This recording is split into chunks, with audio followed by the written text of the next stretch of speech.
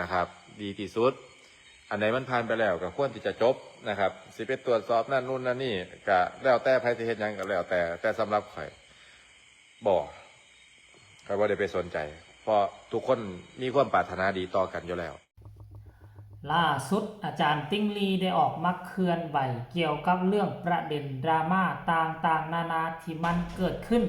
อาจารย์บอกว่าบ่ต่อความยาวบ่สาวความยืดบ่ต้องไปคอมเมนต์ต่อว่าแล้วเรื่องราวมันก็จะจบลงทุกคนมีทั้งดีและก็มีทั้งแนวบ่ดีผสมปนเปกันไปต้องให้เวลาทุกสิ่งทุกอย่างมันจะปรับตัวเข้าหากันเองว่าซันเดย์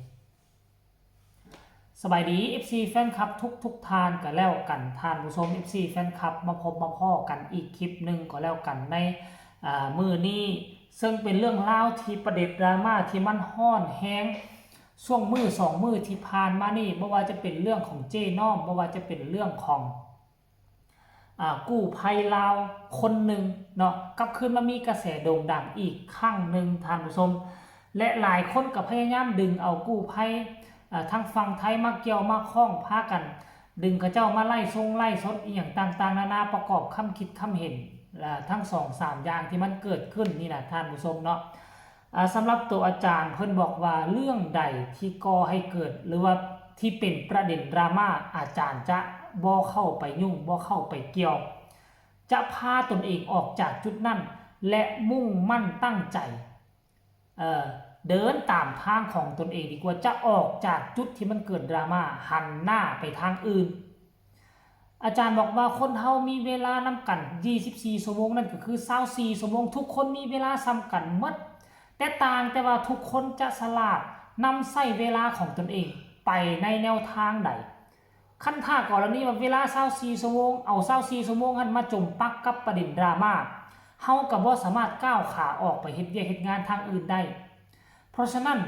ถ้าเอา24 ชั่วโมงไปเฮ็ดเวียกเกี่ยวกับเรื่องอื่น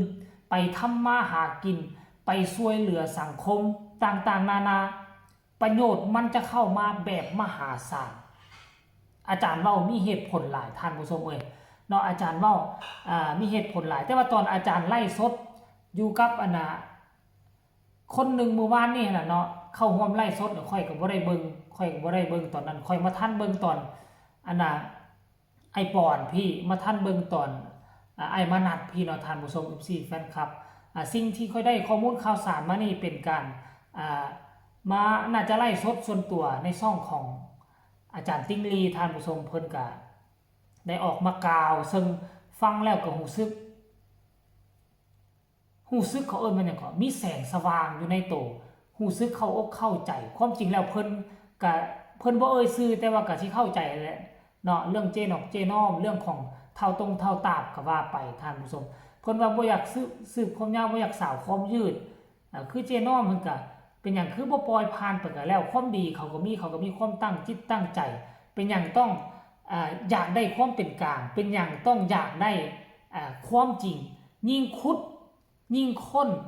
มันยิ่งยาวไปติ๊กๆและมันยิ่งจะบ่จบจักเทื่อแล้วมันก็สิเฮ็ดให้เกิดความวุ่นวายขึ้นมาติ๊กๆในเมื่อเกิดความวุ่นวายแล้วหลายคนก็บ่มีเวลาทำมาหากินได้จากเดิมสิไปช่วยเหลือสังคมจากเดิมสิไปช่วยในส่วนนี้มามุกม่วนกับเวียกค้นหาความจริงคนอย่างต่างๆท่านผู้ชมรายละเอียดให้ทุกคนไปฟังคลิปนี้จักเล็กจักน้อยเนาะเพราะเป็นหลักฐานว่าสิ่งที่อาจารย์เว้าไปนั้นมันถูกต้องและก็สมบูรณ์แบบที่สุดแล้วบ่สำหรับข้อยก็คือว่าถูกต้องสมบูรณ์แบบจะหาคนที่จิตใจทุนเทียงคืออาจารย์ติงลีนี่มันบ่มีแล้วมันมีน้อยเต็มที่จิตใจเข้มแข็งและทุนเทียงบ่หวั่นไหวต่อสิ่งใดๆไปชมคลิปนี้พร้อมๆกันเลยกันนะครับดีที่สุดอันไหนมันผ่านไปแล้วก็ควรที่จะจบนะครับสิไปตรวจสอบนั่นนู่นนั่นนี่ก็แล้วแต่ไผสิเฮ็ดหยังก็แล้วแต่สำหรับข่อยบ่ได้ไปสนใจเพราะทุกคนมีความปรารถนาดีต่อกันอยู่แล้วนะคันสิไปชักน้ำสีน้ำให้คนสร้างกันเนี่ยอันนี้ข่อยถือว่าจิตใจของคนนั้นเนี่ยบ่ได้เป็นคนที่มีความเมตตากรุณาที่ดีต่อกันเป็นคนที่ปรารถนาแต่ความบ่ผาสุกอ้างแต่ความถูกต้องแต่ในความถูกต้องนั้น ที่เจ้าของอ้างนั่นเจ้าของต้องเบิ่งเด้ว่ามันเหมาะสมแล้วหรอบ่แม่นบ่แม่นอาจารย์ขน้อย FC ทางลาวเด้อตอนนี้เฮ็ดงานอยู่ไทยติดตามอาจารย์มาตลอดติดตามอาจารย์มาตลอดอ่านสำเนียงลาวก็ได้อยู่ ถึงแล้วอาจารย์บางคนมาก็อยากดังจนลืมความถูกต้อง ความถูกต้องต้องอยู่ในเรื่องพื้นฐานของสัมพันธ์อันดีที่มีต่อกันนะครับสบายดีอันเท่าสิทธิชัยสิทธิชัยประสงค์สร้างนอนนาบ่เอิญหมู ลอยไปยามหนูหากินอ้อมเขียด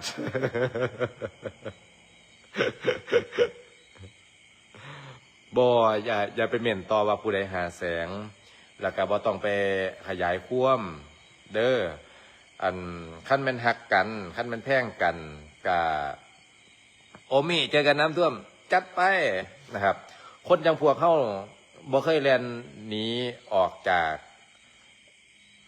ไพ่มีแต่แล่นเข้าหาไพ่มีแต่แล่นเข้าหาความตายแต่บ่เคยตายเพราะพวกเฮานี่บ่ได้ นะฮะเพราะทุกครั้งที่เขาไปซอยไพ่ต่างๆล้วนแล้วแต่มีความปรารถนาดีต่อผู้อื่นในความมีจิตเมตตาปรารถนาดีต่อผู้อื่นนั้นจะบ่สร้างปัญหาไปไสจะบ่สร้างปัญหาถ้าปัญหามันเกิดขึ้นจะพยายามแก้นะครับทันทีนี่นะท่านผู้ชม FC แฟนคลับเนาะก็ถือว่าอาจารย์นี่เป็นครูสอนปรัชญาชีวิตได้ดีที่สุดอีกคนหนึ่งเฮาสามารถฟังการเว้าการจาอาจารย์ละสามารถเอามาปรับใช้ในชีวิตประจำวัน